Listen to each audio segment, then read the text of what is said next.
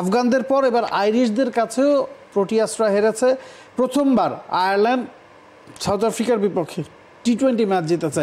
ইতিহাসে প্রথম এই ঘটনাটা আফগানিস্তান কয়েকদিন আগে ঘটিয়েছিল, আবার আয়ারল্যান্ডও সেই একই কাজটা করলো। সাউথ আফ্রিকার জন্য কি একটু সতর্ক বার্তা কিনা ব্যাক টু ব্যাক এই ধরনের হারগুলো? নিঃসন্দেহে দেখুন, সাউথ আফ্রিকার টিমটা অনেক নতুন প্লেয়ারের কম্বিনেশনে তৈরি।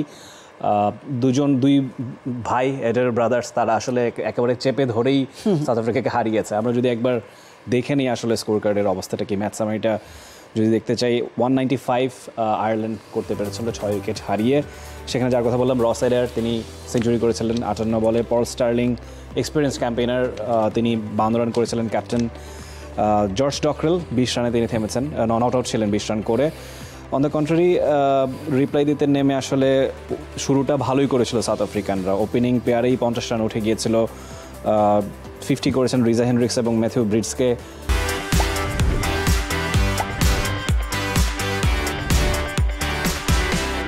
তারপর রিজা হেনরিক্সের পর রায়ান রিকলটন আরেকজন ওপেনিংয়ে, তিনিও 36 রান করতে পেরেছিলেন। আনফর্চুনেটলি ম্যাচটা তাদেরকে হারতে হয়েছে 10 রানে। খুব যে একেবারে বড় ব্যবধান তা নয়, কিন্তু শেষের দিকে এসে মার্ক এডার, রস এডারের ভাই, তিনি 4টা উইকেট নিয়েছেন। গ্রাহাম হিউম 3টা উইকেট নিয়েছেন। আয়ারল্যান্ডের এই টিমটাকে অনেকটা চেঞ্জড একটা টিম মনে হচ্ছে। একটা সময় কিন্তু 2008, 9, 10 সেই সময়টায় আমরা বাংলাদেশকে আয়ারল্যান্ডের কাছে অনেকবার হারতে দেখেছি, আর ইংল্যান্ডকেও আয়ারল্যান্ড হারিয়েছে ওই সেই সময়টাতে। মাঝখানে একটা গ্যাপ হয়ে গিয়েছে, আফগানিস্তান অনেকখানি এগিয়ে গিয়েছে, জিম্বাবুয়ের মতো টিম আপস অ্যান্ড ডাউনস দেখেছে। আয়ারল্যান্ডের একটা নতুন উত্থানের একটা আভাস পেয়েছে এই ম্যাচটাতে। বালবিনির জায়গায় রস আদায়ার এসেছেন এবং তিনি কিন্তু দারুণ পারফর্ম করেছেন। 19 রানের সময় একটা লাইফ পেয়েছিলেন, আউট হয়ে গেছিলেন নো বলের কারণে, আরও একবার কামব্যাক করেছেন। 78 রানের সময় একটা লাইফ পেয়েছেন এবং সবশেষে তৃতীয় আইরিশ ব্যাটসম্যান হিসেবে টি-20তে সেঞ্চুরি রেকর্ড করেছেন রস আদায়ার। এবং আয়ারল্যান্ড 15 ওভারে 157 রান তুলেছিল, শেষ 5 ওভারে মাত্র 39 রান তুলতে পেরেছে। সেই সময় কিন্তু সাউথ আফ্রিকার সামনে সুযোগ ছিল ম্যাচটা জেতার, সিরিজটা জেতার। সাউথ আফ্রিকার কথাও যদি বলি, সাউথ আফ্রিকা প্রথম 15 ওভারে আউটস্ট্যান্ডিং ব্যাটিং করেছে। 16তম ওভার পর্যন্ত কিন্তু তারা ম্যাচে ছিল। শেষ 4 ওভারে 39 দরকার, হাতে 6টা-7টা উইকেট ছিল। তবে শেষ দিকে গিয়ে সাউথ আফ্রিকার যেটা হয়, আরও একবার তারা চোখ করছে। শেষ 4 ওভারে 39, 2 ওভারে 22 রান দরকার। ওই সময় আসলে হুড়মুড়িয়ে তারা ভেঙে পড়েছে। আরও একবার তারা কেন চোকার্স সেই প্রমাণটা দিয়ে কিন্তু সাউথ আফ্রিকা ম্যাচটা হেরেছে, সিরিজটা জিততে পারেনি। সিরিজটা ড্র হয়েছে 2 ম্যাচের সিরিজ, এবং সামনে এই দুই দলে কিন্তু 3 ম্যাচের ওয়ানডে সিরিজ খেলবে এবং সাউথ আফ্রিকার সময়টা ভালো যাচ্ছে না। তারা মোটামুটি সেকেন্ড স্ট্রিং দল নিয়ে এসেছে।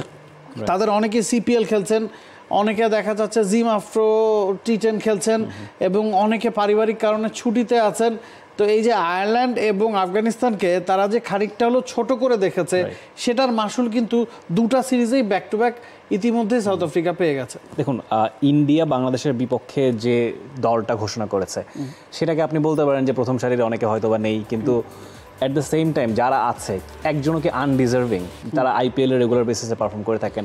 সাউথ আফ্রিকার টিমটা তো সেরকম নয়, তারা এমন নয় যে 2টা আলাদা একাদশ তারা তৈরি করতে পারবে।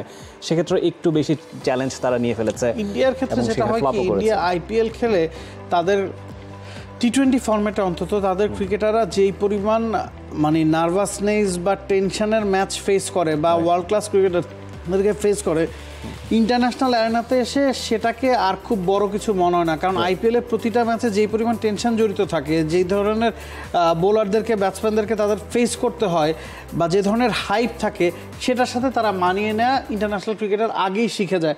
সো ইন্টারন্যাশনাল ক্রিকেটে এসে ওই চাপের পরিমাণটা তাদের কখনোই বাড়ে না, হয়তো কমে। তো ওই অ্যাডভান্টেজটা ইন্ডিয়া আসলে সবসময় পায়, যেটা হয়তো আর কোনো দেশ কখনোই পায় না। ডেফিনেটলি এই জায়গাটাতেই আসলে সাউথ আফ্রিকা খানিকটা পিছিয়ে গেল, কারণ তাদের এখন সাউথ আফ্রিকাতেও টি-20 ঘরোয়া টি-20 লিগ আছে। তার সাউথ আফ্রিকান ক্রিকেটাররা সারা দুনিয়া জুড়ে খেলেও বেড়াচ্ছেন এবং আইপিএলেও আমরা অনেকেই ভালো করতে দেখছি। কিন্তু অ্যাজ এ টিম এখনো মনে হয় সাউথ আফ্রিকার আসলে এটা একটা ওয়েক আপ কল, আপনি শুরুতেই বলছিলেন। আর একটু সাউথ আফ্রিকার প্রথম 15 জনের সাথে পরের 15 জনের যথেষ্ট পার্থক্য আছে, যেটা ইন্ডিয়ার ক্ষেত্রে নাই।